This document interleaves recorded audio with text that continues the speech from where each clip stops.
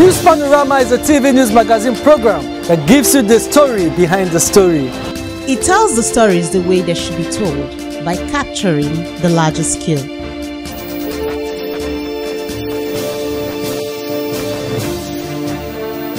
It deals with people's deep feelings on issues that, when brought to the fore, ultimately educates, informs and entertains. News Panorama. Capture the larger scale.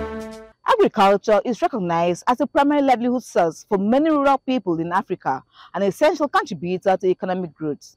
This week on the program, we will be focusing on agriculture and its overall impact. Welcome and thanks for joining me on the program News Panorama. I am Josephine Efanga. News Panorama. Capture the larger scale.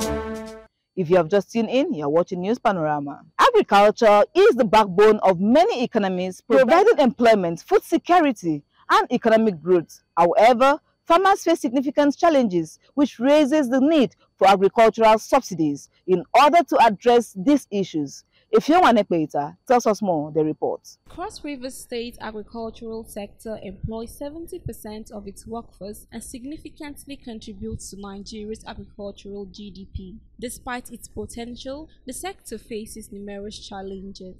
Farmers struggle with high production costs, inadequate infrastructure, limited access to finance, market fluctuations, and climate-related disasters. These obstacles hinder productivity, food security, and economic growth, exacerbating poverty.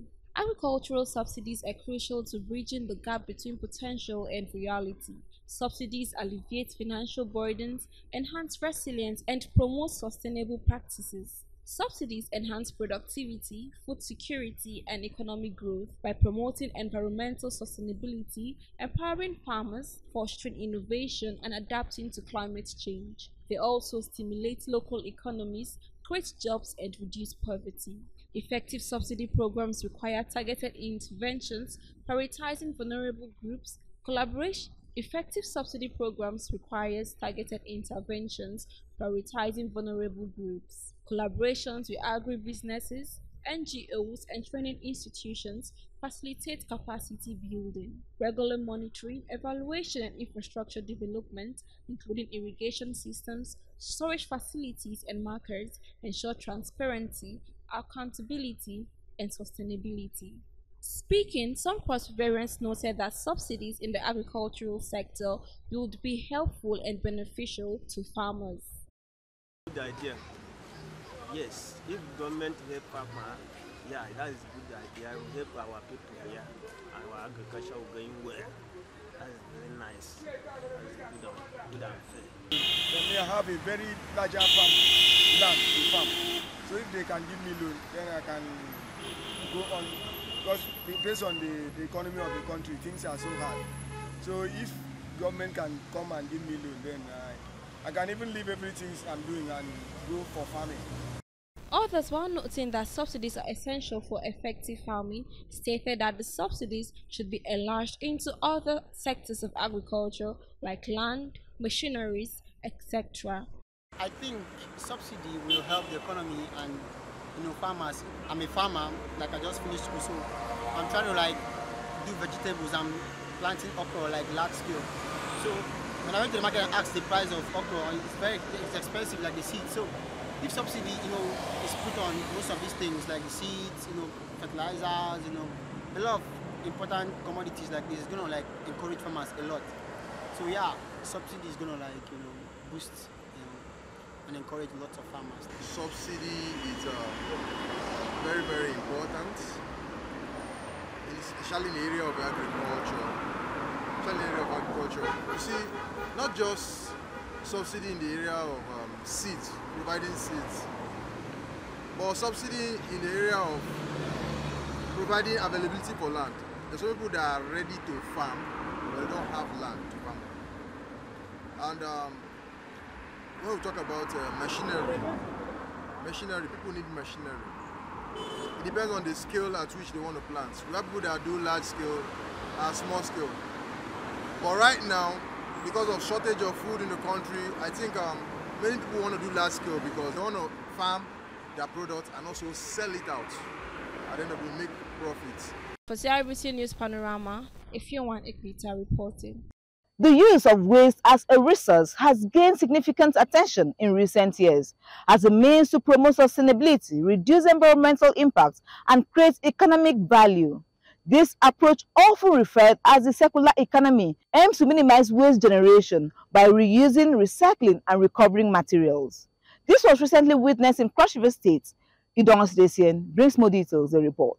Being one of the world's most polluted countries, Nigeria faces the challenge of improper waste disposal and management. Nonetheless, its substantial waste volume presents opportunities for circular economic ventures. However, only about 20 to 30% of solid waste is collected and managed correctly in Nigeria. As a consequence, some parts of the country are uninhabitable and serious health hazards, such as malaria, spread more easily, while some countries are advancing towards recycling solutions. Nigeria faces numerous and complex challenges in transitioning to a recycling economy. These include inadequate infrastructure, limited awareness, insufficient funding, weak regulations, and a lack of collaboration. In Cross River State, construction companies do not only focus on the production but goes beyond it, a production process whereby waste production are transformed to valuable. Such instances are the renewing of canned drinks, rubbers, the process of using palm kernel for energy, useful of agricultural waste, and of course the production of the cement. Speaking, the CEO Lafarge, Mr. Lulu Akinyemi, emphasized on the need to source for waste from local suppliers to convert it to renewable energy. It is a remarkable step forward for Nigeria's construction industry, setting new standards in sustainability and innovation. The AFR system stands as a powerful testament to our commitment to reducing carbon footprint. So this facility is more than an environmental investment. It is a catalyst for job creation and economic empowerment, opening doors to a broad range of businesses and employment opportunities at multiple levels. Moreover, these processes helps in job creation, economic empowerment even to the local communities. The Commissioner for Finance, Honorable Michael Dere, said with the advancement of technology, innovation should be driven in order to uphold the great future the society drives for. While looking through the value chain, you see that there are a lot of other sustainable development goals that you're meeting by this acts that you're doing. From 1, zero hunger, and 2, poverty, to 3, good health and sanitation, to proper well-being. So you see that like 7 of the sustainable development goals have been achieved by just a single act. Because looking through the value chain, you see that you're creating jobs, you're reducing the labor in some other places. So like for the palm oil companies where they have kernel as waste, palm kernel shell as waste, you see that they actually look for people to move those things away. Now you have reduced their jobs while they are making money again and creating other jobs, sustainable jobs for transporters and other supply chain. Idong Osdesian, CRBC News Panorama. The global agricultural sector is facing significant challenges due to aging workforce. To ensure food security, sustainability, and economic growth, targeted youth agricultural education and training has become essential for maintaining productivity, innovation, and self-reliant youths. Patience Obok explores the significance of youth agricultural education. The report.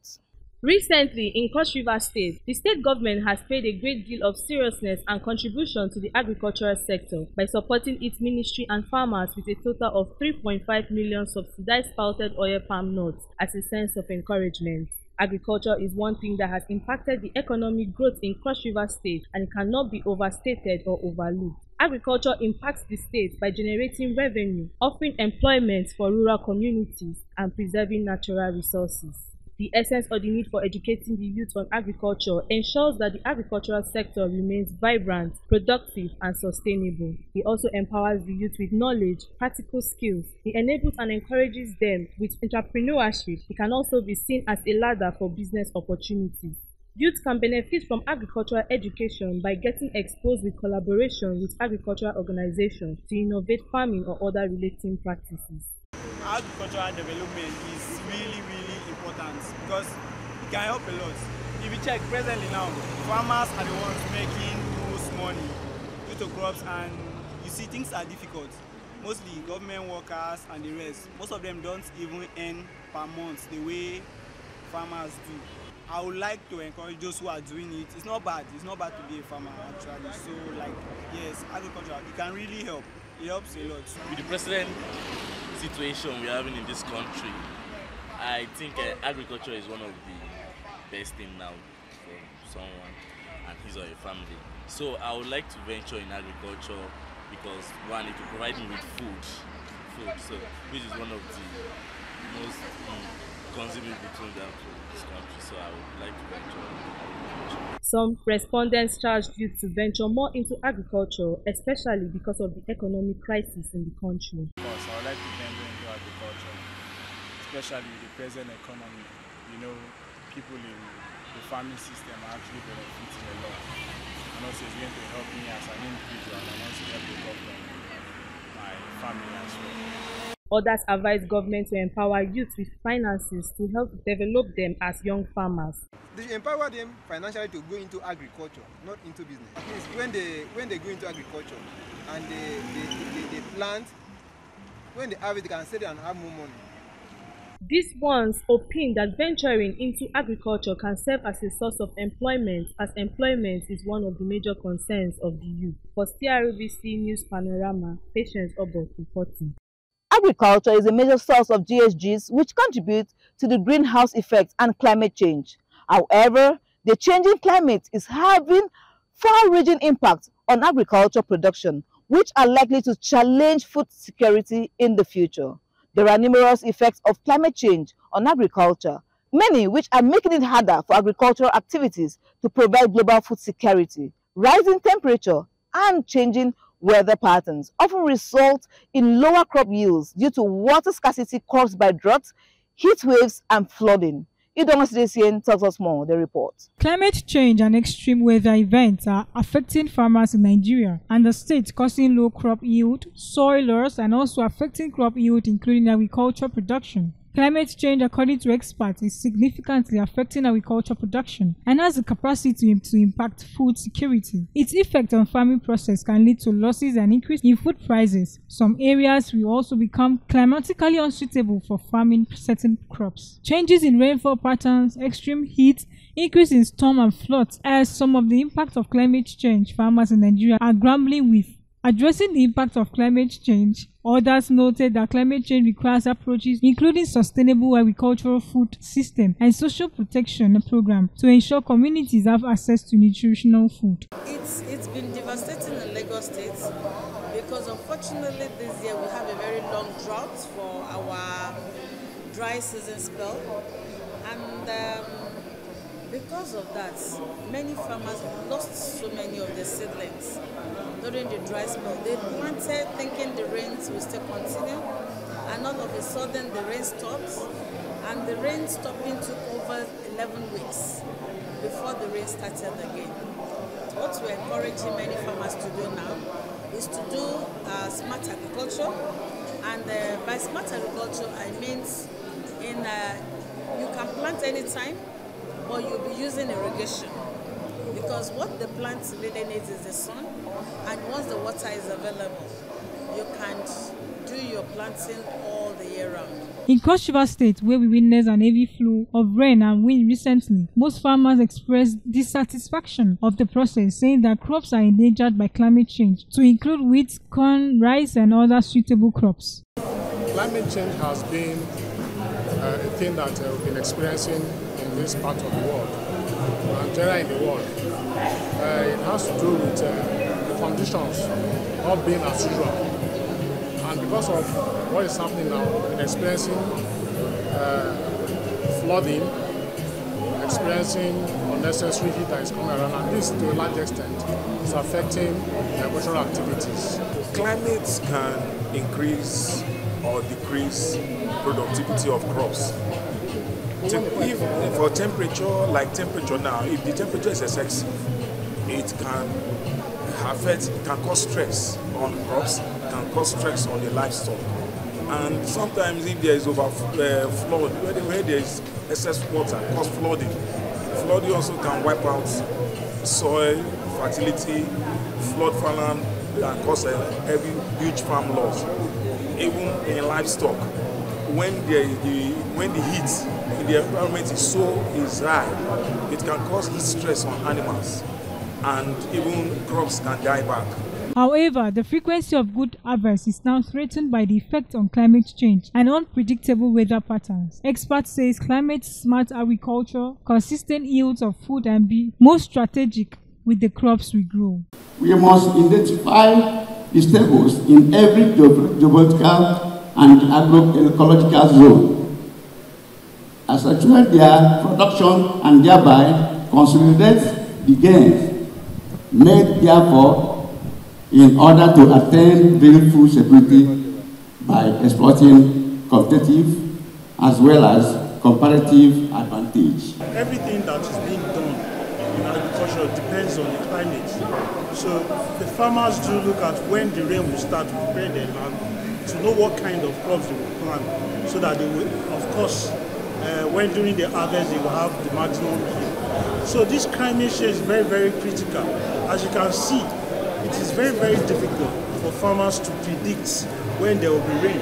Idon Celestine, CRBC News Panorama. That is all we have on our lineup this week. We hope to be back same time next week. Do keep a date with us. I am Josephine Ifanga.